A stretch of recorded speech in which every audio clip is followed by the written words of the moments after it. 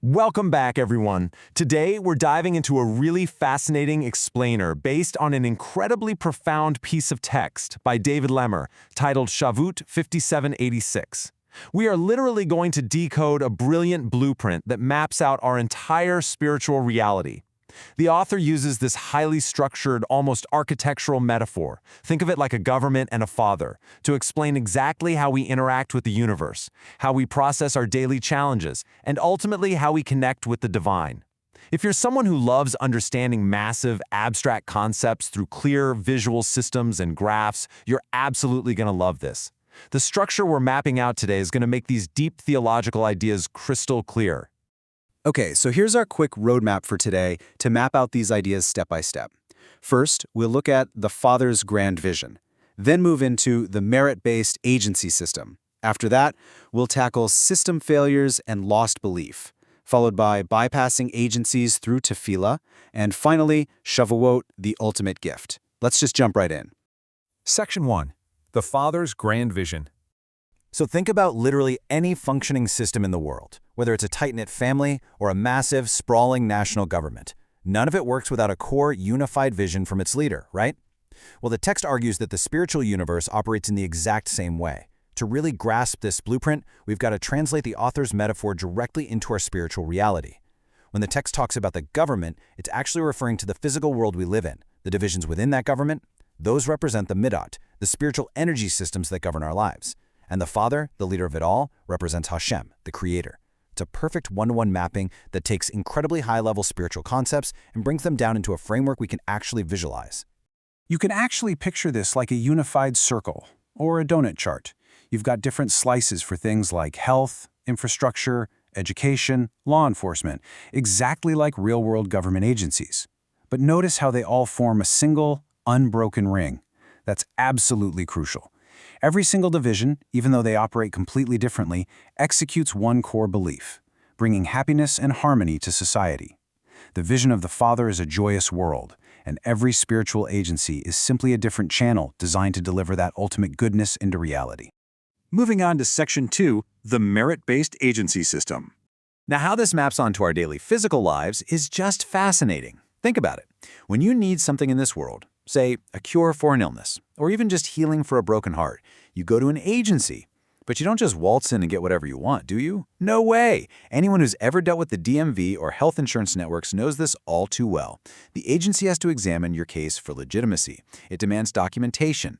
You either have to show up visibly sick in the ER to prove your immediate need, or you essentially buy merit through hard work.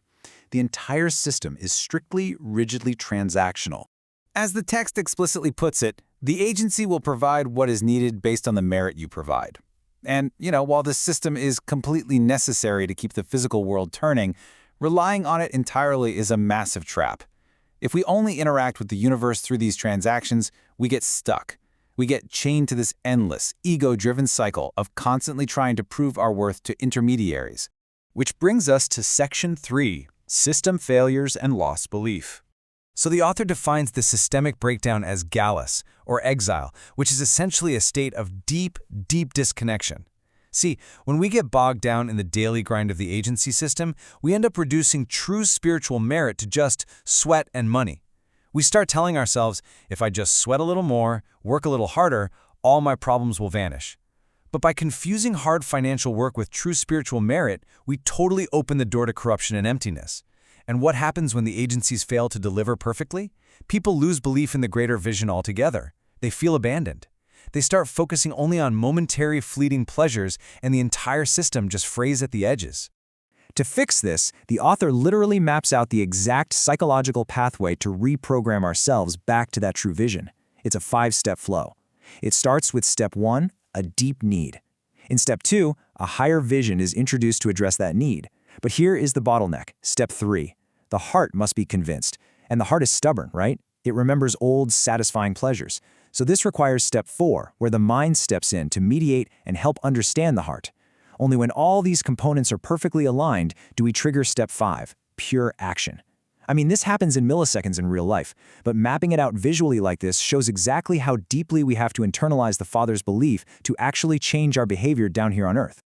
Let's look at Section 4, Bypassing Agencies through Tefillah. Here's the good news. We aren't actually trapped in that endless bureaucracy. Look at the stark contrast between the transactional agency way on the left and the direct way on the right. The agency requires proof, it demands merit, and it relies entirely on human calculation. But the direct way? It completely bypasses the middleman. It circumvents human knowledge entirely through tefillah, through prayer. It operates not on earned merit, but as a matana, a pure gift. It aims straight past the middleman, going directly to the Father, the ultimate source of truth and goodness. Think about how radical this realization actually is. The text says, "This request is meritless. I am asking for a gift. I do them despite the merit, in order to be a force for good in this world." Wow! When we use the direct way, we aren't handing the Father a resume of good deeds and hoping for a payout. Not at all. We do good things despite the merit they might earn us in the agencies, simply because we want to be a direct channel for His vision into the world. It is a complete 180-degree shift from a transactional mindset to pure relationship. And finally, Section 5, Shavuot, the ultimate gift. You see, the holiday of Shavuot is the ultimate manifestation of this direct way. It's all about receiving the vision directly from the highest source, inscribed forever upon the heart. It represents that profound, historical moment of pure clarity on Mount Sinai. It wasn't an agency handing out some transactional benefit. It was humanity bypassing all earthly bureaucracy to receive an unearned gift that completely transforms the heart. And as the author beautifully notes, even when the daily grind of life makes you forget, something as simple as seeing a blooming red rose can bring that pure clarity rushing right back. But this pure, direct belief wasn't just built overnight. It follows a very clear historical timeline. It started with Abraham in the first generation, was carried forward by Isaac, and continued with Jacob. These fathers cherished the unified vision against all odds. And this whole lineage culminated at revelation on Mount Sinai, the exact moment the perfect vision was permanently codified into reality, ensuring that the direct way would always be available to us. So this leaves us with a pretty profound question about how we're navigating our own lives. Are you building a resume for the agencies? Are you seeking a direct connection with the source? When you face a physical illness or a broken heart, do you only rely on your own sweat and money to transact your way out of it? Or do you look past the middleman, tap into the direct way, and ask for a pure gift? Thank you so much for joining me on this explainer today. I really hope this provided you with a powerful new visual framework to understand your reality. See you next time.